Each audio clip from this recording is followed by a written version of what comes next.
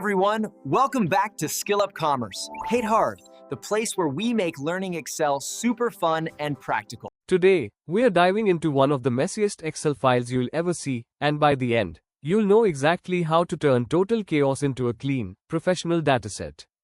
But first, let's fix the basics. We'll adjust those uneven column widths, then hit Ctrl+T to turn this messy sheet into a clean Excel table. Trust me, that one shortcut is going to make your entire data cleaning journey so much easier. Now let's clean up the status column, and as you can see, it's a total mix. Some wrote on _leave, others act, and a few just shouted left in all caps. So, instead of fixing it manually, we'll make Excel do the thinking for us. Here's how this formula works. First, Excel uses trim to remove extra spaces in proper to fix the text case, so on _leave, on leave, and on leave all become nice and clean. Next, the if jor or functions take over. They check, if the cell looks like on leave in any form, return on leave. If it looks like active or act, show active.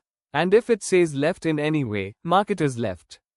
Finally, if Excel finds something completely random or blank, it simply writes NA, meaning we can review that cell manually later. So in short, trim and proper clean the text, if jor or decide the correct status, and NA handles the unknowns. In one shot, we turned a messy column into a clean, professional one, automatically. Now just copy it, paste as values to keep the clean data, and delete the old messy column, simple and satisfying. Now watch this, we'll clean up the H column and turn that messy text into clean numbers, all thanks to text to columns. Now it's time to catch those blanks. We'll use conditional formatting to light them up in red so they're easy to find. Now that the blank cells are marked in red, let's set up a new rule to find the ones with the wrong format. We'll use the OR function to spot them and highlight them in red. Here, we're combining everything we learned, trim, proper, OR, and if, to clean the gender column.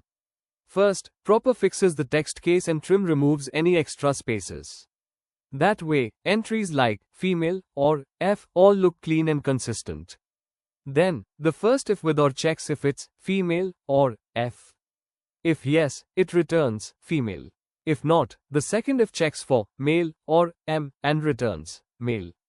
And if nothing matches, Excel gives NA. So basically, all our functions are now working together, cleaning, checking, and validating the entire column automatically. Alright, now let's talk about this big formula. It looks long, but it's actually pretty smart. Here, I've used multiple nested ifs to clean the location column. Each if checks one city, like Kolkata, Chennai, Delhi, Mumbai, and Bangalore, and if it matches, Excel returns the proper name.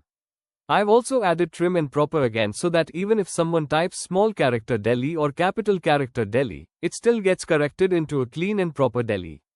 And if the location doesn't match any of these cities, Excel simply shows NA. So basically, this one formula works like a mini spell checker. It fixes every city name automatically while you just sit back and watch Excel do the work. Now let's create a new column called cleaned email, and here, we'll use a mix of three functions. Substitute removes any unwanted spaces inside the email, lower makes all letters lowercase for consistency, and trim gives it that final clean look by removing extra spaces. Together, they make every email perfectly formatted and professional. Now that our emails are cleaned, let's move one step ahead and check which ones are actually valid. For that, we've created a new column that verifies each email. If it contains both the @ symbol and a dot in the right place, it's marked as valid, and if not, it's tagged as invalid format. We've also used IFERROR here, so even if the formula runs into something unexpected, it won't break, it'll simply show a clean message instead. And that's how we make our data not just clean, but smart and error-proof. Now let's move to the salary column and convert all text values into numbers using text to columns. Now we'll clean the salary column using a formula that removes unwanted symbols like the rupee sign, commas, and slashes. Basically, we're stripping away everything except the actual number, so Excel can read it as a proper numeric value instead of text. This makes it easier for us to perform calculations or apply formatting later. Next, we'll use the Find and Replace tool to kick out those annoying ABC and NA entries, and then we'll highlight the blank cells in red, just to make those troublemakers stand out. First, we'll convert all the joining dates from text to proper date format using the text to columns option. But even after that, some dates might still look odd or invalid, so to catch those, we'll use a quick formula.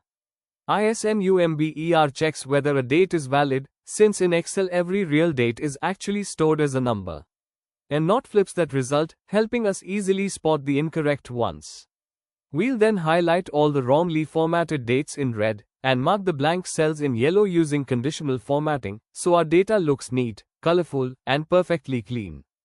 Now this big formula might look scary, but it's actually doing something really smart. It's cleaning up our department names, fixing extra spaces, adjusting the letter case, and correcting all the spelling mistakes like finance or accounts. Basically, it checks each department name and replaces the wrong or messy ones with the correct version. So whether someone typed it in uppercase, lowercase, or with typos, this formula makes sure everything looks neat, consistent, and professional. Then we'll use conditional formatting to highlight all the NA entries in yellow for easy spotting. Now this formula helps us check if the employee names are valid or not. We've already handled spaces and formatting earlier, but here, we're using the len function to measure the length of the text.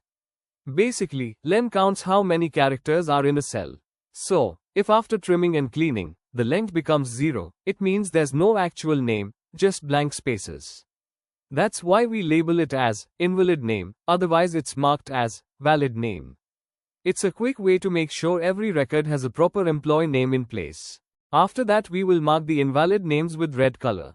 Now, we'll clean up the employee ID column, because this one can get a bit messy too.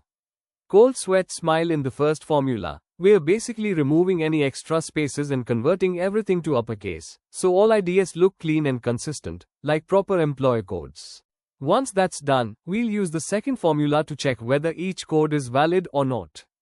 It looks for IDs that start with EMP, followed by 3 numbers. If that pattern matches, it's marked as valid code, otherwise it's invalid code. So in short, the first one cleans the IDs, and the second one checks if they actually follow the right format. Quick, clean, and professional. And finally, we'll create a summary table like this, a quick snapshot showing what each color means, so anyone can understand the data at a glance. And that's how you clean a messy dataset like a pro. Biceps, if you found this helpful, don't forget to like, share, and subscribe to Skill Up Commerce. Got questions? Drop them in the comments, I've got you covered.